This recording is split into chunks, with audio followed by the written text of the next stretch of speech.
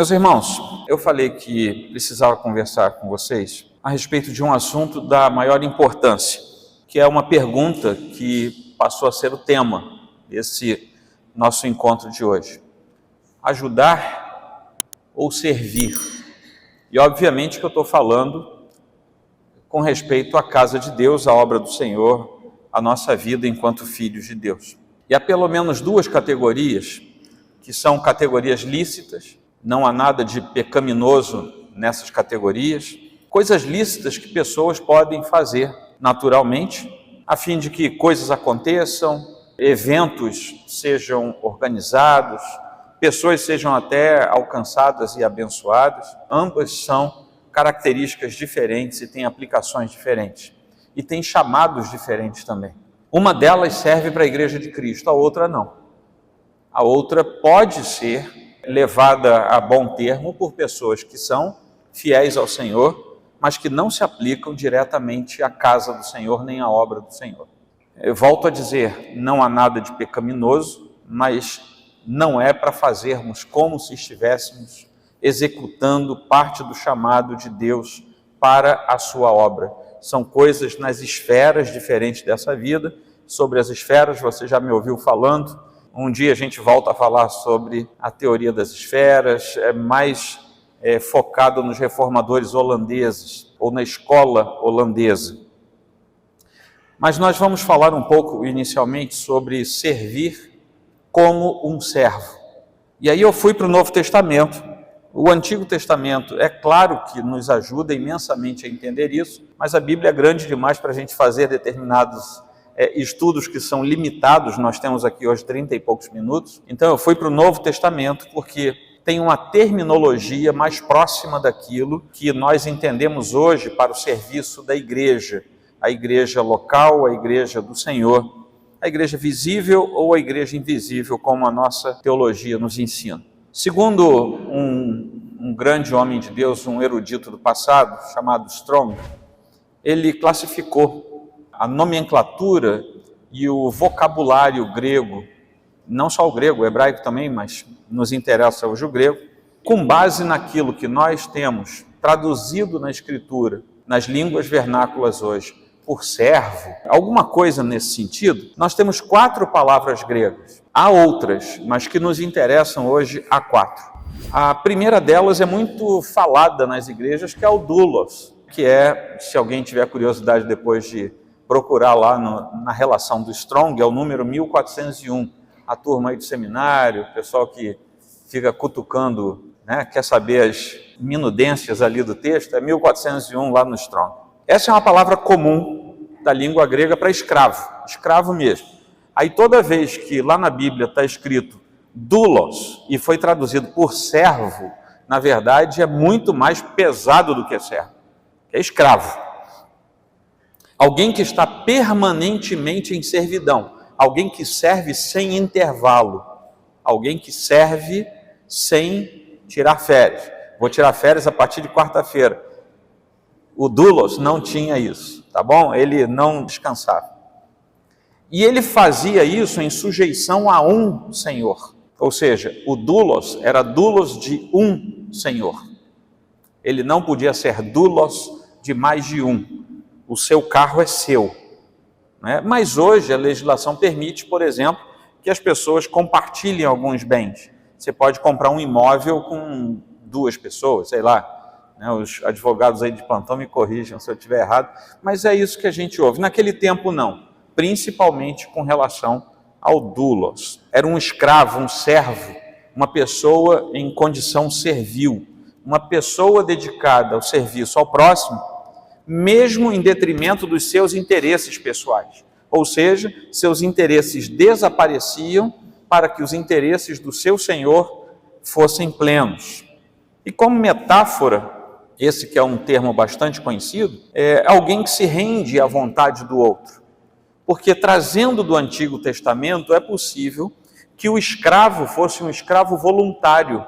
Lá no Pentateuco tem, se você era escravo, você se casou com uma moça, aí você constituiu família, você vai ser posto em liberdade, mas a sua família não, sua família é escrava. Se você quiser ficar com a sua família, você vai se tornar um escravo voluntário. Você vai lá na porta da cidade, os anciãos vão pegar uma sovela, que era uma barrinha, como se fosse uma talhadeira, só que redondinha. Você vai pegar o lóbulo da sua orelha, vai botar no portal, no umbral da porta da cidade, vai botar ali e vai arrombar. Era o primeiro exercício de alargadores que se tem notícia na história, está lá na Bíblia, tá? Então, se alguém reclamar que você não pode usar alargador, você diz, olha, está lá, tá. Aí conta essa história. Existia o servo ou o escravo voluntário. Isso é trazido para o Novo Testamento, não na semântica, não no vocábulo, mas na ideia de coerência por detrás, porque isso era algo específico para o povo de Deus, quando traz ali para o Novo Testamento. No Novo Testamento, há 128 ocorrências dessa palavra, ou de correlatas, né, da mesma raiz, significando aquele que serve em múltiplas aplicações, ou também o diácono. Às vezes, o diácono, no sentido de serviço, ele não aparecia com o termo diáconos, mas ele aparecia como servo, porque o diácono precisa servir. Então havia também essa relação intercambiável aí. Mateus 8:9 diz assim, porque também eu sou sujeito, você lembra daquele soldado romano falando com o Senhor? Sujeito à autoridade, tenho soldados às minhas ordens e digo a este, vá, e ele vai, e a outro, venha, e ele vem, e ao meu servo, faça isto, e ele faz. Esse servo aqui é o doulos, ele está dizendo, sabe, o Senhor, eu entendo bem o que o Senhor está falando, porque eu também tenho autoridade, eu falo para um vem, ele tem que vir, quando eu falo vai, ele tem que ir, e quando eu chamo meu escravo, meu doulos, ele tem que me obedecer. Por que isso? Porque ele não tem vontade, quem tem vontade sou eu sou o Senhor, ele é o escravo. Então, nesse sentido, era colocada a ideia sobre o texto. Romanos 6, de 20 a 22, diz assim, porque quando vocês eram escravos do pecado, e aqui é doulos, traduziram por escravo, estavam livres em relação à justiça. Naquele tempo, que frutos vocês escolheram? Somente as coisas de que agora vocês se envergonham, porque o fim delas é a morte. Agora, porém, libertados do pecado, ou seja, agora que vocês não são mais doulos, escravos do pecado, agora que a vontade de vocês não está submissa à vontade do pecado, transformados em servos de Deus, doulos, escravos de Deus, o fruto que você escolhe é para a santificação, e o fim, neste caso, é a vida eterna. E Paulo deixa muito claro, ou você é escravo do pecado, ou é escravo de Deus.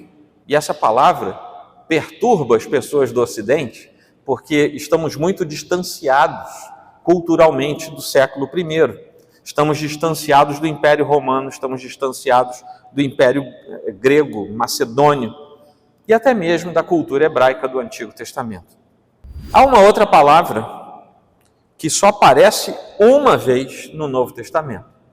Therapon, que é daí que vem a palavra terapia, que também queria dizer alguém que presta serviço num sentido ou num tempo particular previsto, algumas vezes podendo até ser escravo, mas que naquele momento ele estava naquela situação, mas que frequentemente também era uma pessoa livre que presta um serviço não remunerado, sob a liderança e a vontade de outra pessoa. Então está muito parecido com um escravo, mas com um escravo voluntário, de certa maneira. E o texto bíblico do Novo Testamento que usa essa palavra grega é Hebreus 3:5. E Moisés foi fiel em toda a casa de Deus como servo, para testemunho das coisas que haviam de ser anunciadas. Aqui, Moisés não é classificado como escravo no sentido de doulos, mas era um escravo com certa dose de autonomia e que fazia aquilo por causa dos seus sentimentos, que é algo que eu esqueci de falar para vocês. O therapon, ele queria fazer aquilo que ele ia fazer como servo, porque ele amava aquela coisa ou amava a pessoa que tinha deliberado aquilo. E somente um texto do Novo Testamento traz essa palavra. Aí vamos para a terceira palavra, diáconos.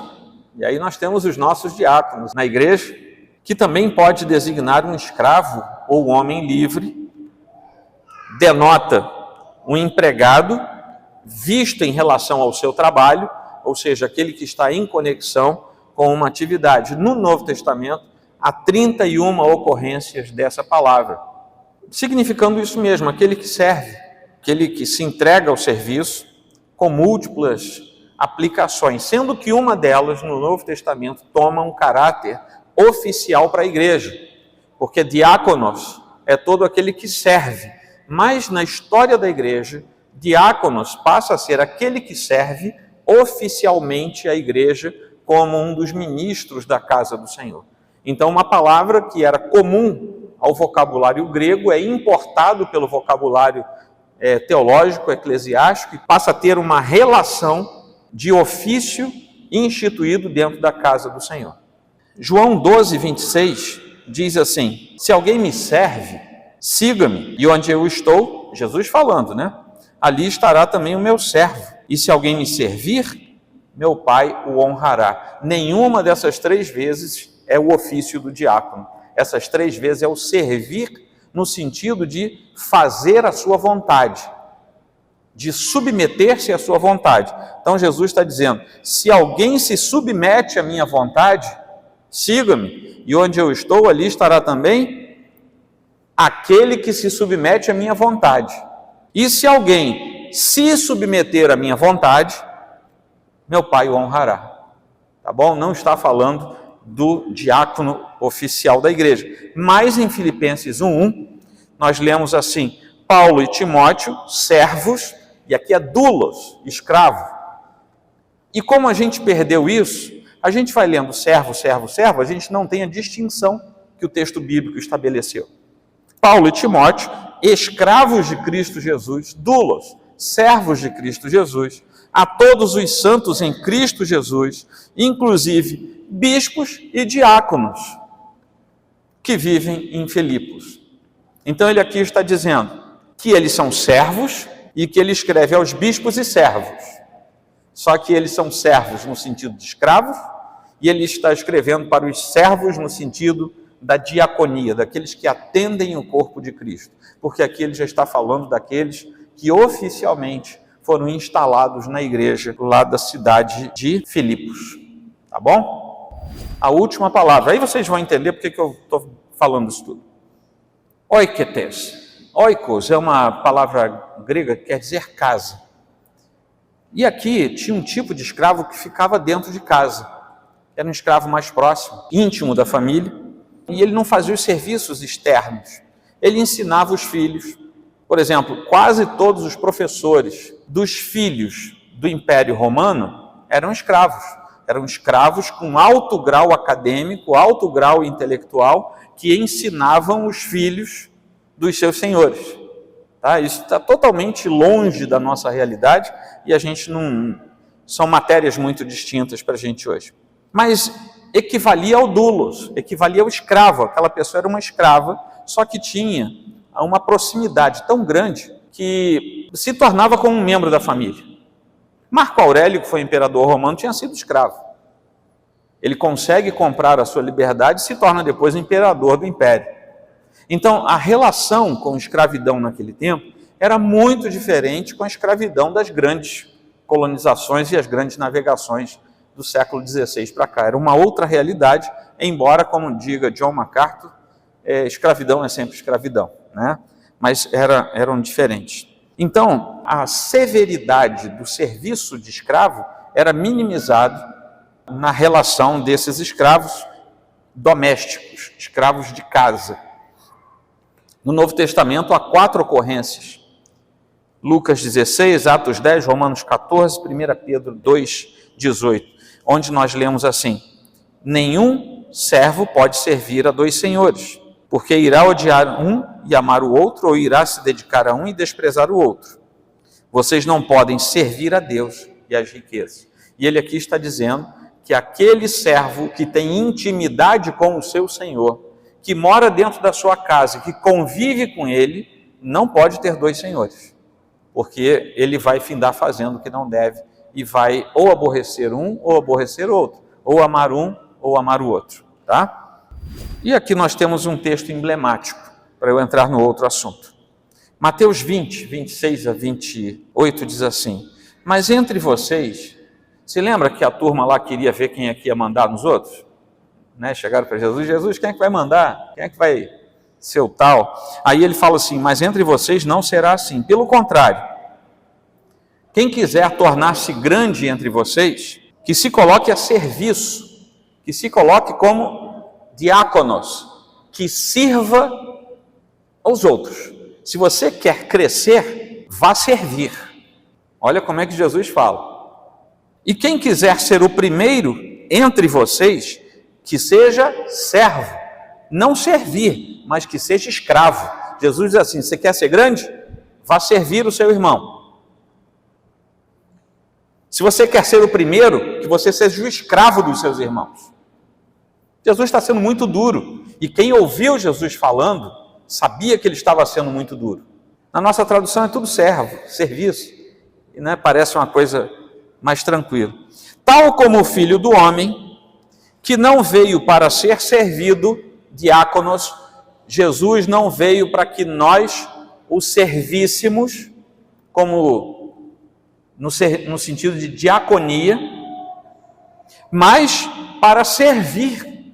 Jesus diz: eu vim para ser diáconos, eu vim para servir vocês, eu não vim para que vocês me sirvam, eu vim para servir vocês e dar a sua vida em resgate de muitos. Até aqui está tudo bem, gente? Deu para entender a diferença dessas palavras? E elas aparecem, por vezes, traduzidos como servir, servo, no mesmo versículo em português, quando na verdade são termos diferentes, com pesos diferentes. Isso é o servir, como servo. E o sujeito que ajuda, como voluntário? Aí é claro, se eu peguei as definições da Bíblia para o serviço, eu vou pegar as definições seculares para o voluntariado, porque já adianto para vocês que não existe a palavra voluntariado dentro da Bíblia. Segundo a definição das Nações Unidas, voluntário é o jovem ou adulto que, devido a seu interesse pessoal, humanismo egocêntrico, seu interesse pessoal e ao seu espírito cívico, dedica parte do seu tempo, sem remuneração alguma, a diversas formas de atividades, organizadas ou não, de bem-estar social ou outros campos.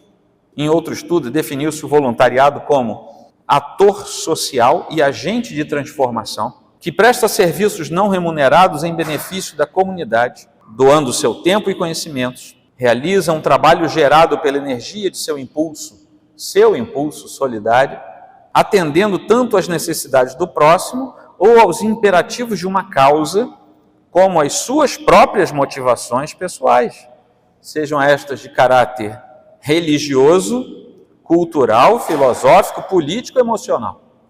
Quando nos referimos ao voluntário contemporâneo, nos dias de hoje, engajado, participante e consciente, palavras bonitas, diferenciamos também o seu grau de comprometimento.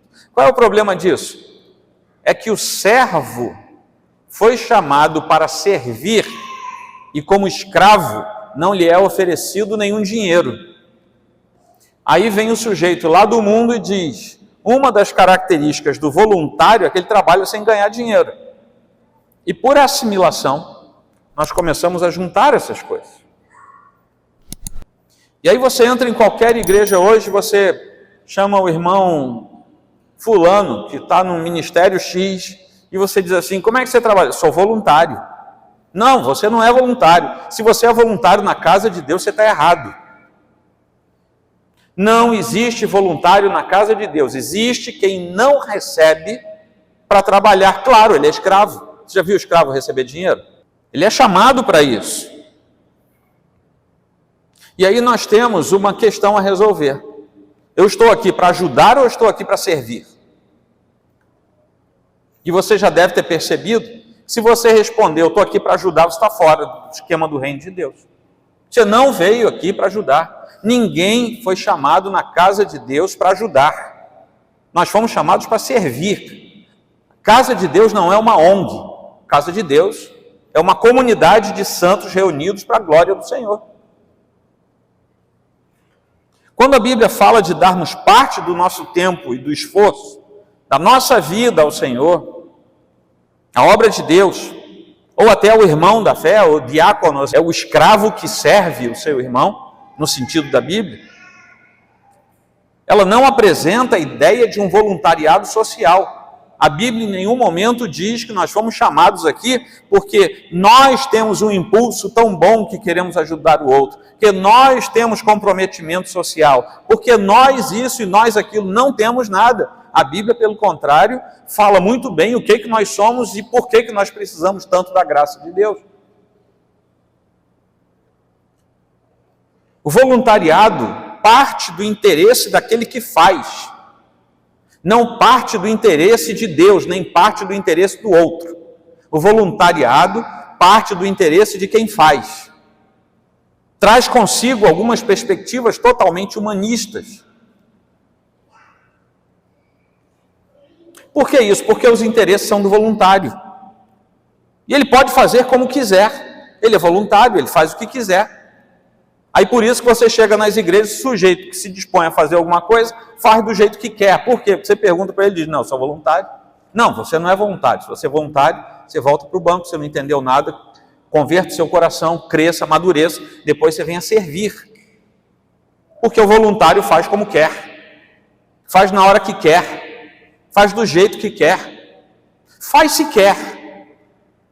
O voluntário, ele em cima da hora não aparece. O voluntário, ele em cima da hora, diz que não deu. Por quê? Porque se você perguntar, ele vai dizer, eu sou voluntário. Ele pode simplesmente dizer, eu não ganho nada para isso, eu estou fazendo mais do que eu deveria fazer. Eu enjoei disso, eu não gostei disso, eu vou parar, cansei, vou parar. O voluntário faz isso, porque depende da vontade. O voluntário traz na sua raiz a ideia da vontade. Voluntariado é aquele que põe em prática a sua vontade. É daí que vem a palavra voluntário. Quem são os voluntários da pátria? Aqueles que se apresentaram por sua própria vontade para lutarem na guerra. Esses são os voluntários da pátria, né, que vira nome de rua hoje. O serviço neotestamentário parte não do interesse do servo, não do interesse do doulos, não parte do interesse do crente, mas parte dos interesses de Deus, que chama e qualifica os seus servos, os seus escravos, seus doulos, seus diáconos. Aliás, o plural não seria assim, mas é para a gente usar a mesma palavra. O interesse é de Deus. E é por essa razão que a vontade do servo não entra em questão. Nós não servimos a Deus porque a nossa vontade nos faz servir. Nós servimos a Deus porque entendemos o chamado de Deus, entendemos a necessidade da obra e doa ou não, nós precisamos fazer aquilo porque é chamado de Deus. Servo não fica cansado, ou fica? Só que ele não para no meio do caminho. Agora, o servo pode entender também que o seu senhor está deslocando o seu serviço para outra coisa. Isso ele pode entender. Mas, se a mão foi posta no arado, para de olhar para trás, porque quem faz isso é o voluntário, o servo não. Alguém que era servo, escravo do pecado, e não conseguia fazer a sua vontade, mas fazia apenas a vontade da carne e do inimigo, né, de Satanás, em Cristo torna-se escravo de Deus. Nós lemos um versículo assim. E por isso não consegue fazer a sua vontade, mas faz a vontade de Deus. Se alguém foi liberto das amarras do pecado e de Satanás e não consegue fazer a vontade de Deus, teve alguma coisa errada com esse meliante espiritual. Alguma coisa deu errado no meio do caminho. Estou dizendo que ele não é salvo? Não, estou dizendo que ele precisa rever urgentemente a sua condição de filho de Deus. Por mais que o voluntariado possa render boas ações, prestem atenção nisso, o voluntariado vai sempre trazer em seu bojo, mesmo que as pessoas não parem para pensar nisso, vai trazer um pouco de hipocrisia, vai trazer também um pouco de tentativa de aplacar defeitos e fragilidades que estão no próprio coração através dos atos de bondade. É a pessoa que faz um ato voluntário porque tem uma vida relativamente confortável e se sente mal nas ruas do Rio de Janeiro. O que é que eu vou fazer? Vou dar 3 horas da minha semana como voluntário na ONG X. Aí ele pega a consciência dele, ele aplaca a consciência e vai ser voluntário. Isso está lá, sabe? Está lá no subterrâneo do voluntariado. Estou dizendo que as pessoas são más por isso? Não. Nem estou dizendo que façam isso de propósito. Mas faz parte da natureza humana. E aí, quando a gente se torna voluntário na igreja, a gente pode trazer essa mesma coisa. Para aplacar pecados, fragilidades. A gente muitas vezes vem para a igreja e a primeira coisa que a gente faz é se oferecer como voluntário para alguma coisa. Será que é para ajudar ou será que é para mitigar problemas no próprio coração? A gente tem que investigar isso. Até porque numa igreja saudável, a gente não vai encontrar lugar para voluntariado. Agora, o serviço, mesmo quando as suas ações não são notadas publicamente, ele não vai buscar elementos de redenção. O voluntariado busca elementos de redenção. O serviço ao Senhor não, porque o serviço ao Senhor entende que eu sou servo porque eu fui redimido. O voluntariado entende, eu vou ser voluntário para buscar redenção, seja minha ou do outro. Então, se a pessoa é redimida, se ela está no âmbito da igreja, a igreja do Senhor, se ela está no âmbito da igreja local, ela tem que entender qual é o pressuposto pelo qual ela se lança naquilo que ela faz. E tem uma outra coisa, o verdadeiramente redimido, ele precisava ter um comichão na alma por vir domingo após domingo e não sair do banco da igreja. Porque se ele não consegue entender que servo é para servir, servo não é para ficar comendo a vida toda, engordando espiritualmente, ele está com algum problema também. E aí nós temos 2 dilemas. Ou o sujeito não entendeu o que é ser servo e quer ser voluntário, ou ele, mesmo sendo redimido, não consegue servir. Ele não consegue ser nenhum daqueles termos que eu falei para vocês. Tem alguma coisa errada nessa pessoa. Por causa das definições humanistas, a enorme maioria dos cristãos do nosso tempo migrou a sua compreensão de servir, de servir como servo de Deus, para o entendimento de ajudar como voluntário. O problema é que quando ele serve sob ordem de Deus. Quando ele ajuda por sua própria conta. Cristãos humanistas, se é que eu posso chamar cristãos, se é que eu posso estabelecer essa categoria de cristãos humanistas, continuam achando que a sua vida pertence a eles. Deus passa a ser apenas um acessório. Um acessório colateral da salvação. Eu fui salvo, então tem Deus nessa história. Mas Deus está lá, eu estou aqui. Senhor, não precisa me mandar nada não, deixa que na hora eu faço. Quando eu quiser eu faço. Você é um cristão humanista. Mas a igreja é lugar de servo de Deus. Ao passo que os voluntários encontram um bom lugar nas ONGs, nas instituições públicas ou privadas, seja lá o que for. E aí, já indo para o final, eu uso Isaías 43:1, fui lá para o Antigo Testamento, porque nos ajuda a entender um pouco como princípio daquilo que chegou ao Novo Testamento. Ele diz assim: mas agora, diz o Senhor que o criou, ó Jacó, e que o formou, ó Israel, não tenha medo, porque eu o remi. Eu o chamei pelo seu nome, você é meu. Deus diz para Israel, Deus diz para o seu povo, a igreja é o Israel espiritual, Deus diz para a igreja, você é meu. E numa paráfrase pessoal, é como se Deus estivesse dizendo, você entendeu que você é meu? E por que você não faz o que eu mando? O servo, que é o escravo, não pertence a si mesmo, ele pertence ao seu dono, ao seu Senhor. O cristão verdadeiro não pertence a si mesmo, ele pertence ao Deus Todo-Poderoso que o chamou e o redimiu. O Deus Criador do céu e da terra. Se o cristão não é dono de si mesmo, ele não pode continuar querendo fazer a sua própria vontade, mas ele tem que se render à vontade do seu Senhor.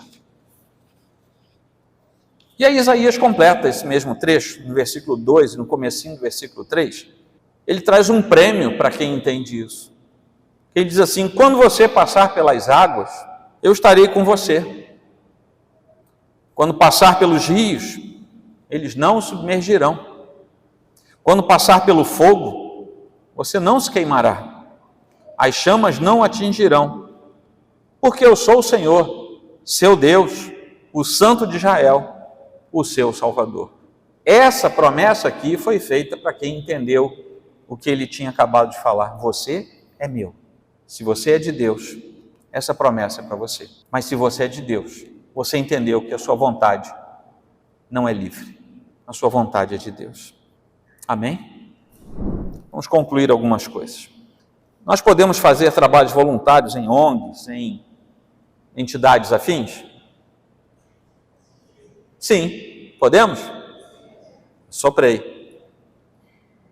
Vou perguntar de novo, hein? Nós podemos fazer trabalhos voluntários em ONGs e coisas afins? Sim. Nós podemos ser voluntários na obra e na casa de Deus? Deu para entender a diferença, gente? De uma coisa para outra? Nós podemos servir a Deus enquanto ajudamos as pessoas fora da igreja? Sim?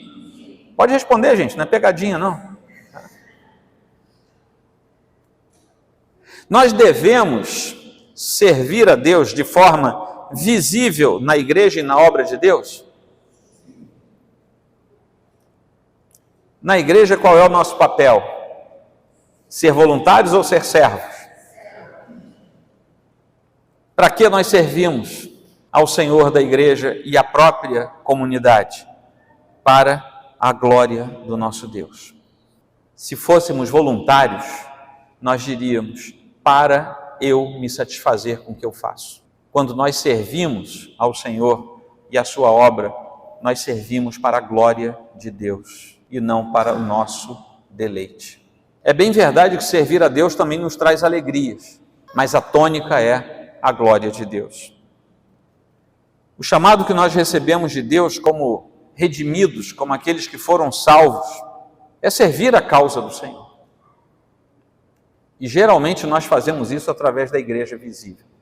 E aí eu vou ler o último versículo de hoje. Sirvam uns aos outros, cada um conforme o dom que recebeu, como encarregados de administrar bem a multiforme graça de Deus. Se alguém fala, fale de acordo com os oráculos de Deus. Se alguém serve, faça-o na força que Deus lhe dá. Para que, qual é a finalidade disso?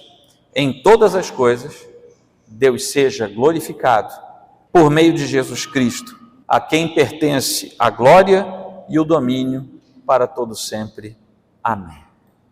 1 Pedro 4, 10 e 11. Amém? A que conclusão nós chegamos? Talvez alguns de nós precisem repensar o que estão fazendo.